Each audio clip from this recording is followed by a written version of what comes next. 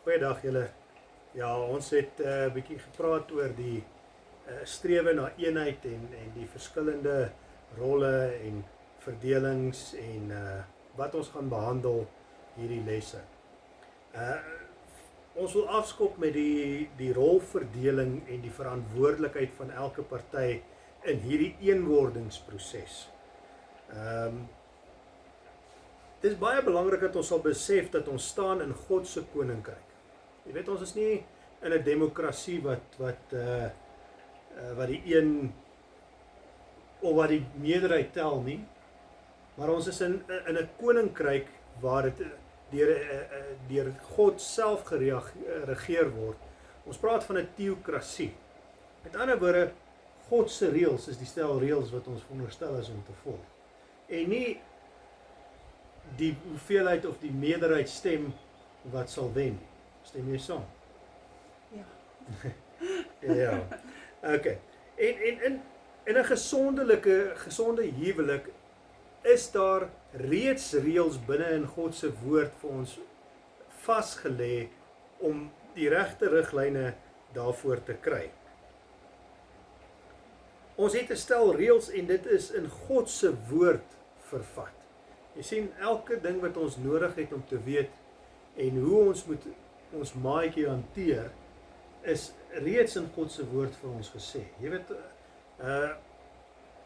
God het vir ons riglyne gegee en die meeste van die riglyne is Christus homself wat vir ons hierdie riglyne kom gee oor hoe om ons maat en alles in. Maar vandag gaan ons bietjie kyk na die verskillende rolle. En ons gaan by die mans begin.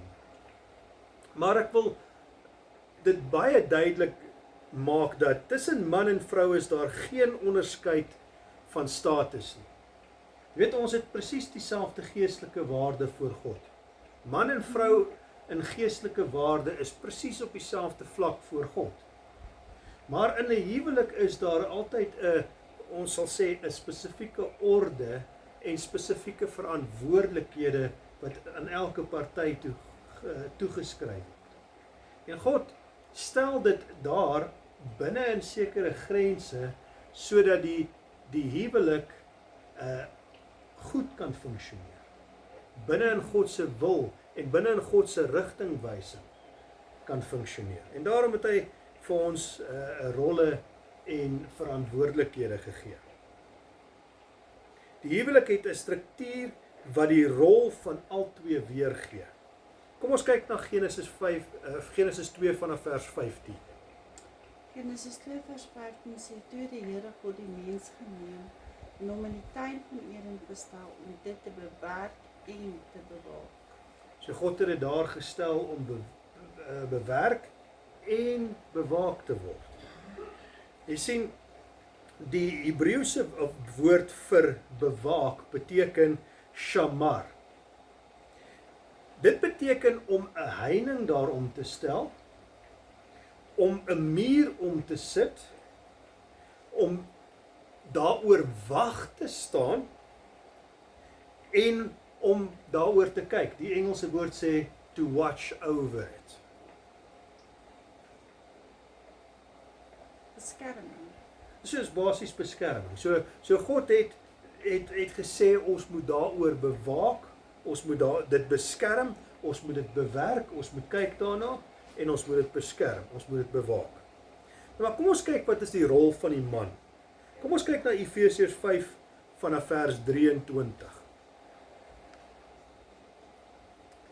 Efesiërs 5 vers 23 sê dat die man is die hoof van die vrou, soos Christus ook hoof is van die gemeente en hy is die verlosser van die liggaam.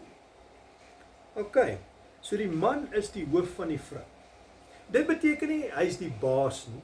Dit beteken maar net hy neem die posisie van leiding in.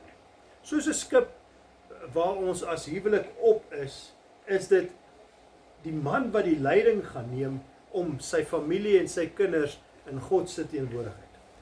Maar kom ons kyk, wat is die rol van die man? Wat is sy verantwoordelikheid binne in 'n huwelik? Wat is sy geestelike verantwoordelikheid in die huwelik? Die man is die hoof van die vrou, maar soos Christus die hoof van die gemeente is.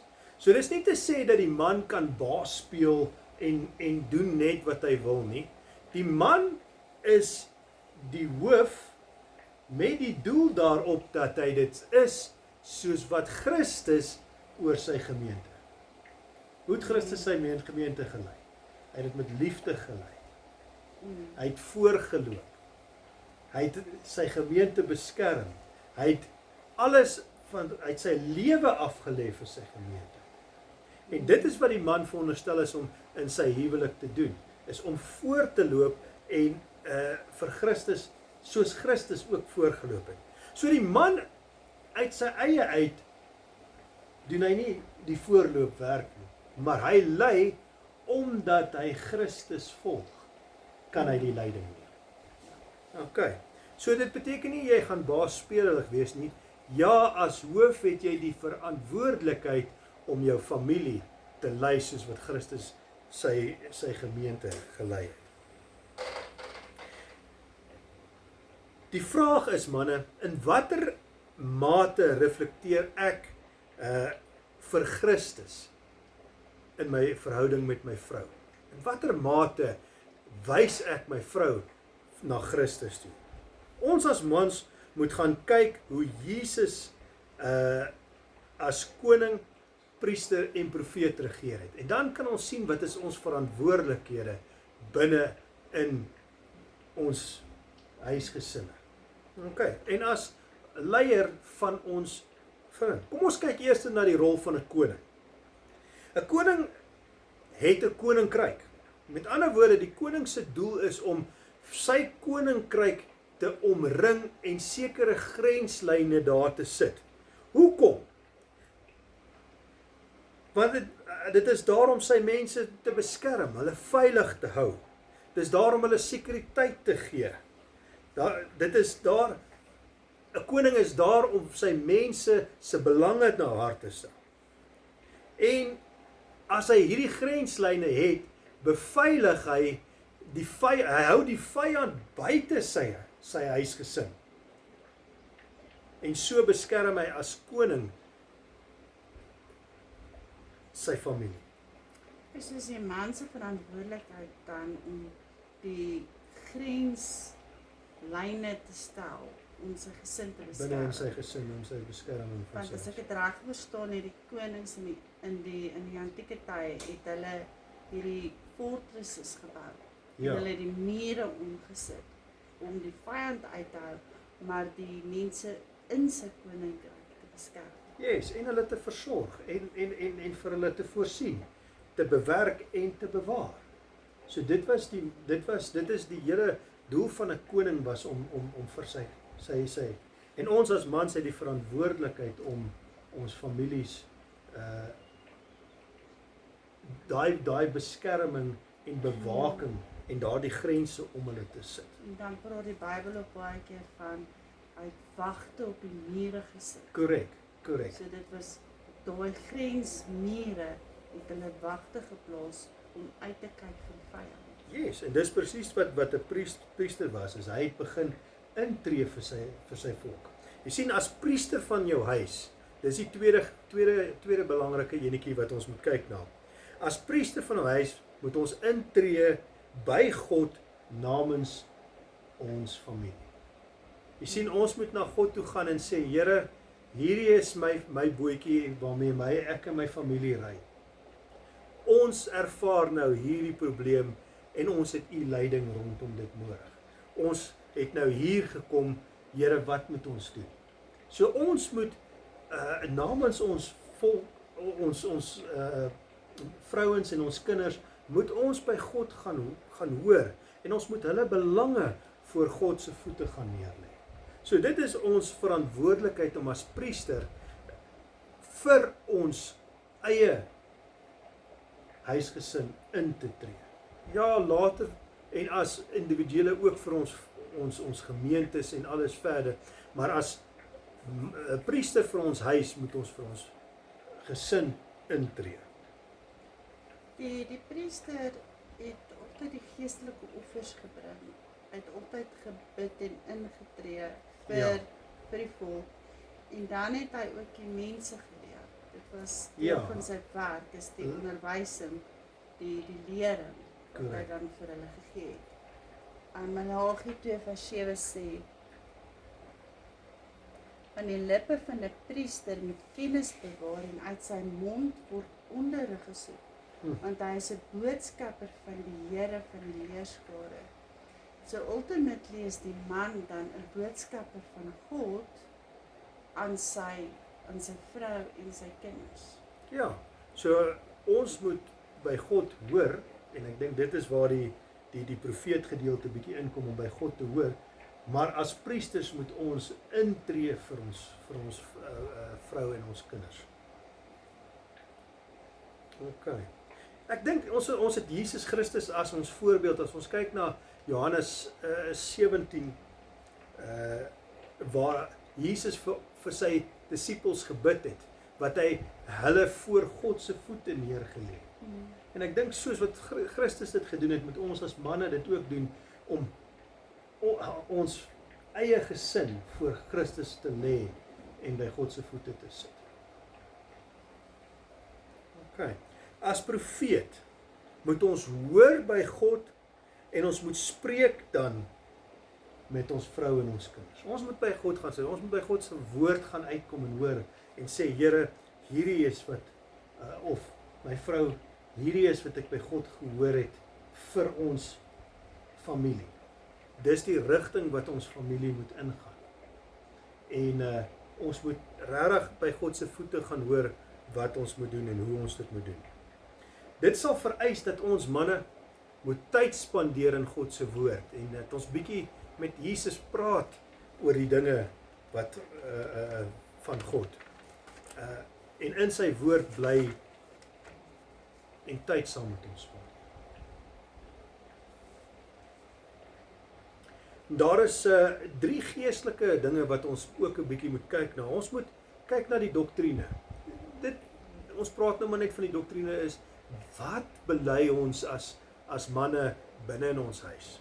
En ek gaan nie in detail vanaand ingaan hier of vandag hier ingaan nie. Dis maar net dat ons moet gaan kyk na wat ons familie wil leer. Wat sê God se woord? Ons moet 'n bietjie daarin delf. En dan moet ons kyk na dissipline. Ons moet 'n dissipline handhaaf vir onsself, vir ons vrou en vir ons kinders, sodat ons binne God se woord kan wandel en in sy grenslyne wat hy vir ons gestel het, dat ons dit kan, sodat ons al ons aspekte van ons lewe volgens God se woord kan lei. OK. En die derde ene is ons moet 'n direkte rigting hê. So ons moet by God gaan hoor, wat wil hy hê met ons as familie? Wat is die rigting wat hy in ons wil hê ons as manne en vroue, waartoe moet ons gaan? Wat is die ultimate doel vir ons as huisgesin? Wat wil God vir ons huisgesin hê? Moet ons doen in sy koninkryk. So elke familie het 'n doel. En manne, ons moet regtig by God se voete gaan hoor, wat is ons gesin se doel in God se koninkryk? OK, die vraag nou is, gee ons as manne visie van God oor na ons vrouens en ons kinders toe? Het ons regtig 'n visie vasgemaak vir wat ons huisgesin wil hê, waartoe ons moet strewe as huisgesin? OK, so manne, ons moet bietjie gaan introspeksie. Die vraag is, hoe verteenwoordig ek as man vir Jesus binne in my huisgesin en binne in my familie? Kom ons kyk bietjie, ons het nou bietjie gepraat oor die rol. Kom ons kyk net vinnig die verantwoordelikheid vir jy as man. Efesiërs 5 vanaf vers 25 sê vir ons, wat is ons verantwoordelikheid? Manne, julle moet julle eie vroue lief hê soos Christus ook die gemeente liefgehad en homself daarvoor oorgegee het. Jy sien manne, die vraag is, gaan ek my vrou lief hê soos wat Christus my lief het? En dis die vraag wat ons elkeen vir onsself moet afvra.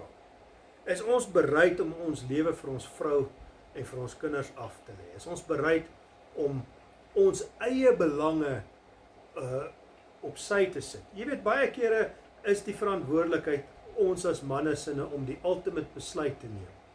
Maar die vraag altyd gaan wees, gaan ons daai besluit neem soos wat Christus die besluit sou neem om die beste belang vir die familie daarin te sit. En ek dink dis waartoe ons moet kyk en dit is wat ons moet strewe na.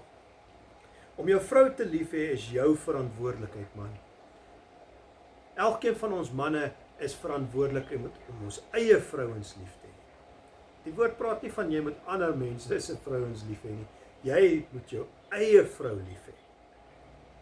Die vraag nou is, hoe verteenwoordig jy Jesus Christus? Verteenwoordig jy hom soos wat jy moet, as koning, priester en profeet van jou huis? Of is daar nog 'n tekortkoming? Ons gaan hierdie videoetjie afsluit en ek wil hê jy as man moet saam met jou eie vroutjie sit en bietjie hieroor gesels. Die rede hoekom ons die videoetjies doen is sodat jy kan tyd hê om saam met jou vrou oor elke aspek net te gaan sit. As jy gefaal het tot dusver in enige van hierdie aspekte, moenie bekommerd wees nie. Nou is jou geleentheid om verskoning te vra en voor te bou. Plan van aksie en werking te stel. Oor te begin. Yes, om weer te begin en te sê, yes, ek het vasgebrand hierso. Here, vergewe my. My vroutjie, vergewe my. En help my, want ons is 'n span, ons is in dieselfde boot, ons het mekaar se leiding nodig. En yes, weet jy manne, ons sal soveel beter doen as ons baie keer net na die insaag van ons vrouens het. Ons is so weg by die werk en hulle het baie keer die inside info wat ons mis. En yes, dis hoekom ons is 'n span. Ons het in die eerste les het ons hanteer die eenwording. Ons het een geword. En omdat ons een is ons nou as eenheid saam teen die wêreld. Saam teen die vyand. Saam teen die omstandighede. Yes, die omstandighede kom na ons toe. Maar dit is nie ek of jy en ons is nou hier teen mekaar en jy het dit en ek het dit nie, maar ons is nou saam teen mekaar. Manne, kom ons gaan sit met ons vrouens en ons praat met hulle oor hierdie dinge. En ons maak 'n plan van aksie. En wanneer ons terugkom, gaan ons bietjie praat oor die rol en die verantwoordelikheid van die vrou.